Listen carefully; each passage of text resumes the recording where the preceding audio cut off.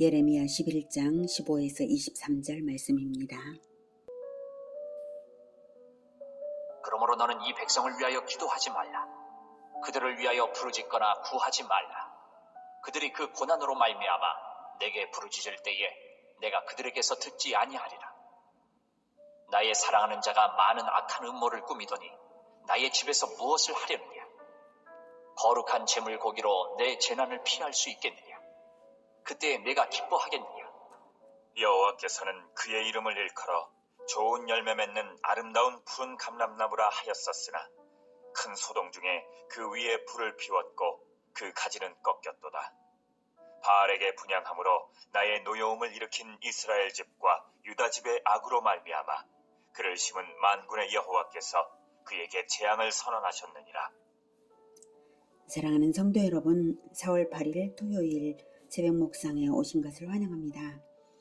예레미야의 제4설교가 진행 중입니다. 하나님과 맺은 언약을 파기한 유다에 대해 심판을 경고하고 있습니다. 14절까지를 다시 상기해 보면 4, 5절에 이 언약은 내가 너희 조상들을 쇠풀무 애굽 땅에서 이끌어내던 날에 그들에게 명령한 것이라. 곧 내가 이르기를 너희는 내 목소리를 순종하고 나의 모든 명령을 따라 행하라. 그리하면 너희는 내 백성이 되겠고 나는 너희의 하나님이 되리라. 이렇게 언약을 이제 맺었는데, 그래서 이제 하나님께서는 적과 꿀이 흐르는 땅을 주리라 한 언약대로 내가 했잖냐. 그런데 이스라엘은 8절에 그들이 순종하지 아니하며 귀를 기울이지도 아니하고 각각 그 악한 마음에 완악한 대로 행하였으므로 내가 그들에게 행하라 명령하였어도 그들이 행하지 아니한 이 언약의 모든 규정대로 그들에게 이루게 하리라. 이렇게 언약을 어겼기 때문에 언약이 기록된 대로 심판을 하겠다라고 하셨습니다. 14절에 그러므로 너는 이 백성을 위하여 기도하지 말라라고까지 이렇게 예레미야더러 중보기도까지 금지하시면서 언약의 모든 규정대로 심판하시겠다고 하셨습니다. 그래서 15절 나의 사랑하는 자가 많은 악한 음모를 꾸미더니 나의 집에서 무엇을 하려느냐? 거룩한 제물 고기로 네 재난을 피할 수 있겠느냐? 그때 네가 기뻐하겠느냐? 사랑하는 아내가 음행을 한다면 음행을 중단하고 돌아와야 하는 것이지 겉꾸밈의 애교 때문에 음행을 허용할 수야 없는 것이죠. 마찬가지로 형식 제사만으로는 심판을 피할 수 없다는 것입니다. 하나님은 속임 당하시는 분이 아니십니다. 우상숭배의 행실이 계속되는 한 형식 제사는 아무 소용이 없는 것입니다. 하나님이 평가하시는 근거는 행실로 나타나는 열매입니다. 행실로 나타나는 선한 열매, 그것이 없는 한 형식적인 예배는 아무 소용이 없는 것입니다. 형식적인 예배를 드렸다면 행실로도 나타나야만 그 예배는 참된 예배가 될 것입니다. 아름다운 열매가 없으니, 행실에 아름다운 열매가 없으니 어쩌겠습니까? 16절 여호와께서는 그의 이름을 일컬어 좋은 열매 맺는 아름다운 푸른 감람나무라 하였었으나 이스라엘대로 그렇게 부르셨는데 큰 소동 중에 그 위에 불을 피웠고 그 가지는 꺾였도다. 전쟁이죠. 좋은 열매 맺는 아름다운 푸른 감람나무라고 유다를 가리켜 말씀하셨지만 유다는 이제 버림받아서 땔감이 되었다는 말씀입니다. 큰 소동 중에 그 위에 불을 피웠고 전쟁을 암시하고요. 또한 이미 불이 붙여진 상황을 예레미야는 보고 있는 것입니다. 17절 바알에게 분향함으로 나의 노여움을 일으킨 이스라엘 집과 유다 집의 악으로 말미암아 그를 심은 만군의 여호와께서 그에게 재앙을 선언하셨느니라. 선민 이스라엘은 하나님이 심으셨고 열매를 발하셨고 이제 열매가 없으므로 뽑아 불에 던지실 것을 선언하셨습니다. 바로 이와 똑같은 상황의 언어가 세례 요한의 입에서 나왔죠. 마태복음 3장 8에서 12절을 보면 제가 읽겠습니다. 그러므로 회개에 합당한 열매를 맺고 속으로 아브라함이 우리 조상이라고 생각하지 말라. 아브라함이 조상이기 때문에 즉 선민 이스라엘로 태어났기 때문에 구원받았다고 생각하지 말라 이거예요. 예, 내가 너희에게 이르노니 하나님이 능히 이 돌들로도 아브라함의 자손이 되게 하시리라. 이미 도끼가 나무 뿌리에 놓였으니 좋은 열매를 맺지 아니하는 나무마다 찍혀 불에 던져지리라. 선민이라는 혈통 때문에 구원받는 게 아니라 좋은 열매가 있냐 없냐 이것으로 구원이 확정된다는 것입니다. 최종적으로요. 나는 너희로 회개하게 하기 위하여 물로 세례를 베풀거니와 내 뒤에 오시는 이는 나보다 능력이 많으시니 나는 그의 신을 들기도 감당하지 못하겠노라. 그는 성령과 불로 너희에게 세례를 베푸실 것이요 손에 키를 들고 자기의 타작마당을 정하게 하사 알곡은 모아 곳간에 들이고 쭉정이는 꺼지지 않는 불에 태우시리라. 네. 세례 요한의 뒤에 이어서 오실 분, 그분은 그리스도시죠. 그리스도께서는 성령과 불로 세례를 베푸시는 분입니다. 성령을 받든지 아니면 불을 받든지 하게 될 것입니다. 성령을 받아서 좋은 열매를 맺는 자가 되지 못한다면 불을 받아서 예수님께서 마당에서 심판을 하실 때에 타작마당에서 알곡이 아니라 쭉정이로 판명이 되어서 꺼지지 않는 불에 태워지는 그 불을 받게 되는 것입니다. 우리 모두 성령을 받으시기를 축원합니다. 교리는 알고 있지만 회개의 열매는 없는 자들에게 좋은 열매를 맺지 아니하는 나무마다 찍혀 불에 던져지리라 라고 심판을 예고하면서 자기 뒤에 곧 오실 그리스도가 심판주다라고 했습니다. 손에 키를 들고 자기의 타작마당을 정하게 하사 알곡은 모아 곳간에 들이고 쭉정이는 꺼지지 않는 불에 태우시리라. 네. 자, 이것처럼 지금 예레미야도 심판을 전했습니다. 18절. 여호와께서 내게 알게 하셨으므로 내가 그것을 알았나이다. 그때 주께서 그들의 행위를 내게 보이셨나이다. 나는 끌려서 도살당하러 가는 순한 어린 양과 같으므로 그들이 나를 해하려고 꾀하기를 우리가 그 나무와 열매를 함께 박멸하자. 그를 살아있는 자의 땅에서 끊어서 그의 이름이 다시 기억되지 못하게 하자 함을 내가 알지 못하였나이다. 공의로 판단하시며 사람의 마음을 감찰하시는 만군의 여호와여, 나의 원통함을 주께 아뢰었사오니 그들에게 대한 주의 보복을 내가 보리이다. 하였더니 여호와께서 아나돗 사람들에 대하여 이와 같이 말씀하시되 그들이 내 생명을 빼앗으려고 찾아 이르기를 너는 여호와의 이름으로 예언하지 말라. 두렵건대 우리 손에 죽을까 하노라. 하도다. 그러므로 만군의 여호와께서 이와 같이 말씀하시니라. 보라, 내가 그들을 벌하리니 청년들은 칼에 죽으며 자녀들은 기근에 죽고 남는 자가 없으리라. 내가 아나돗 사람에게 재앙을 내리리니 곧 그들을 벌할 해이니라. 유다 백성들이 하나님의 언약을 파기했으므로 심판이 있다고 예레미야가 경고하자 예레미야를 살해하려는 음모가 있었는데요. 예레미야의 고향인 아나돗 사람들이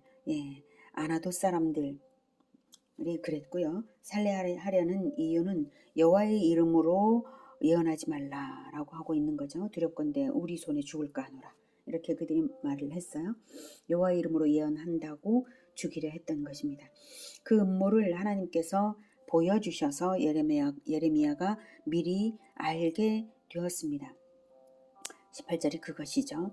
네, 그래서 이제 예레미야가 말을 하는 것이 나는 끌려서 도살당하러 가는 순한 어린 양과 같으므로 그들이 나를 해하려고 꾀하기를 우리가 그 나무와 열매를 함께 박멸하자.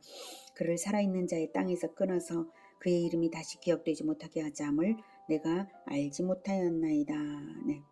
아나돗 사람들이 그 나무와 열매를 함께 박멸하자 한 것은 예레미야는 물론 예레미야의 예언으로 인해서 열매 맺고 있는 예레미야 공동체까지도 몰살시키려는 계획이었던 것입니다.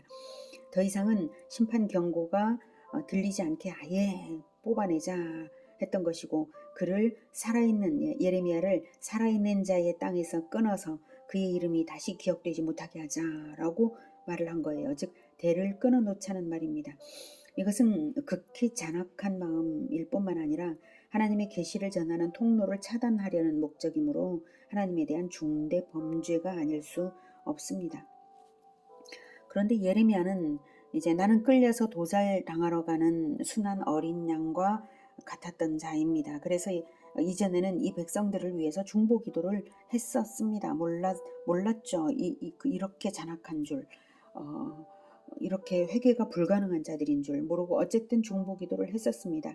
대속 제물이 되는 순한 양의 마음으로 예레미야는 그랬던 것인데, 이제 아나도 사람들의 살해 음모를 듣고는 더 이상은 그럴 수 없는 예레미야입니다. 왜냐하면 아나도 사람들의 그 언행은 하나님을 대적하고 있기 때문이고 회개가 불가능한 수준이었기 때문입니다. 완전히 양심의 화인이 박힌 자들이죠.